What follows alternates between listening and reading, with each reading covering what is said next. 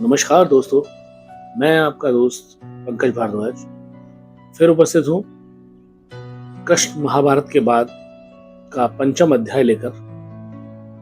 इस अध्याय में भीष्म पितामह और भगवान श्री कृष्ण के बीच जो संवाद थे वो बताया गया है। आप जानते हैं भीष्म महायोद्धा थे। जब वो कुरुक्षेत्र में शरशैया पर पड़े थे तो युद्ध का जो दृश्य था उसको सोच सोच कर वो व्यथित हो रहे थे। वो सोच रहे थे कि भगवान कृष्ण ईश्वर हैं, वो सब कुछ कर सकते हैं, उन्होंने मानव रूप में जन्म लिया है। लेकिन उनकी पीड़ा बढ़ जाती थी जब वो सोचते थे द्रोणाचार्य को छल से वध किया गया, कर्ण पर तीर चलाया गया, दुर्योधन की जंघा पर गदा से प्रहार किया गया। आखिर भगवान कृष्ण की देखरेख में ये उनके सामने कैसे हो सकता है?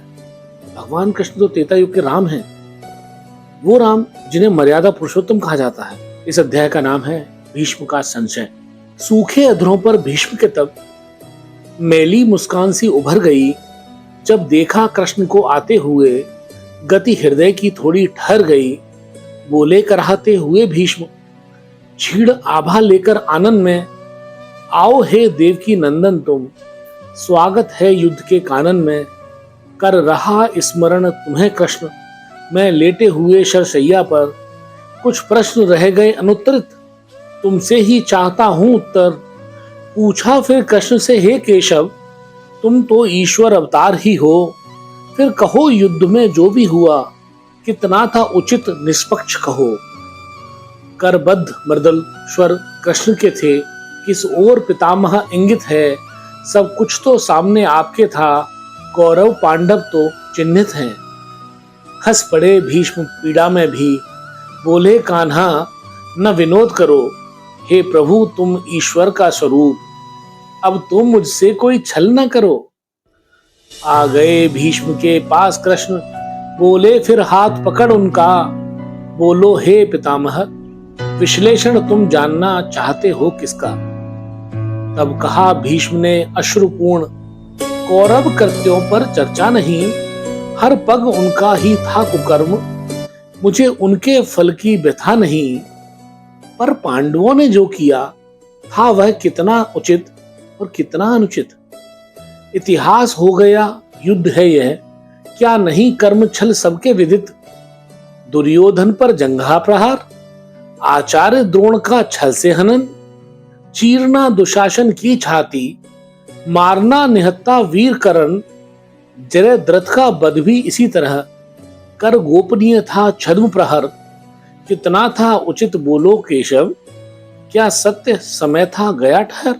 हाँ, इसका उत्तर मैं कैसे दूं, बोले केशव मुस्कान लिए, मैं कहीं युद्ध में था ही नहीं, मैंने अस्त्र शस्त्र तो ग्रहण ही नहीं किए। यह वही बता सकते हैं ज्येष्ठ, जिनके हाथों यह कृत्य हुए, मैं केवल एक सारथी था, अपने प्रण का एक सत्य लिए। अब तो छोड़ो छलना केशव, कह करके भीष्म ने आह किया, देखा कातर नेत्रों से उन्हें, फिर कृष्ण के हाथ को थाम लिया। तो सुनो पितामह, बोले कृष्ण, कुछ भी न अनैतिक हुआ यहाँ, जो हुआ समय अनुरूप हुआ, जहां नीति नहीं वहां नीति कहां। विस्मित हो पिता बोले, अवतार राम कह रहा है यह, हे कृष्ण कह रहे यह क्या तुम, पुरुषोत्तम मर्यादा कहाँ है वह। हे त्रेता युग के राम, कहो तुम तब भी वही, तुम अब भी वही, मर्यादित धर्म युद्ध थे तब, ये वह बात कहाँ अब तुम में रही। थी त्रेता में न अनीति कोई, था युद्ध एक के संग एक, मिथ्या विवाद नहीं लेश मात्र, समबलशाली लड़ते थे देख। पर यहाँ शिखंडी को लाकर गिरवा दिए मेरे अस्त्र शस्त्र, अश्वत्थामा का मृत्यु घोष, आक्रमित कर्ण जो था निरस्त्र, कोई छल तो कभी हुआ ही नहीं। त्रेता की संस्कृति में बोलो, क्या है रहस्य है लीलाधर, विस्मित हूं कृष्ण बंधन खोलो। सुन करके भीष्म की बात कृष्ण का आनंद कुछ गंभीर हुआ, बोले स्मृति में लाकर, पल जब हरण द्रौपदी चीर हुआ, तो सुनो पितामह वर्तमान, देता विधि निर्णय लेने का। जैसी हो परिस्थिति उसी तरह विश्लेषण को कर लेने का। यह परिस्थिति युग की है दास, इतिहास नहीं दोहराता है। फिर वर्तमान के निर्णय में इतिहास कहाँ से आता है। जब समय सत्य का साथ छोड़ बिखरा बिखरा वैरागी हो। जब राक्षस प्रकृति लुप्त होकर मानव में छिपी अनुरागी हो। जब कुंभकर्ण का रूप बदल दुर्योधन जैसा हो जाए।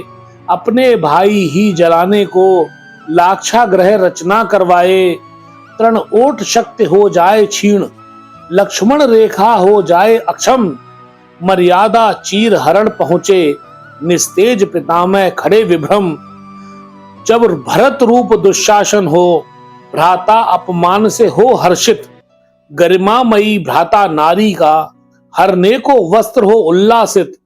सुग्रीव विशैला कर्ण बने, मातुल हो धूर्त शकुनी जैसे। तब राम का धीरज भी बोलो, टूटे न पितामह फिर कैसे। अंतर है बहुत परिस्थिति में, जो राम का था और कृष्ण का है। रावण था शत्रु पर शिव का भक्त, क्या ऐसा कोई इस युग का है। माना रावण था खलनायक, परिवार पूर्ण तामसी ही था। पर उसके कुल में विभीषण तो कम से कम एक तपस्वी भी था। बाली जैसे खलनायक के घर में था अंगद देवपुत्र।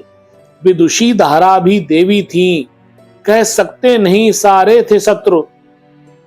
था कुंभकर्ण भी एक संत, इच्छा विहीन जो मुझसे लड़ा। पर यहाँ तो कौरव कुल समस्त तामस प्रवृत्ति ही लिए खड़ा।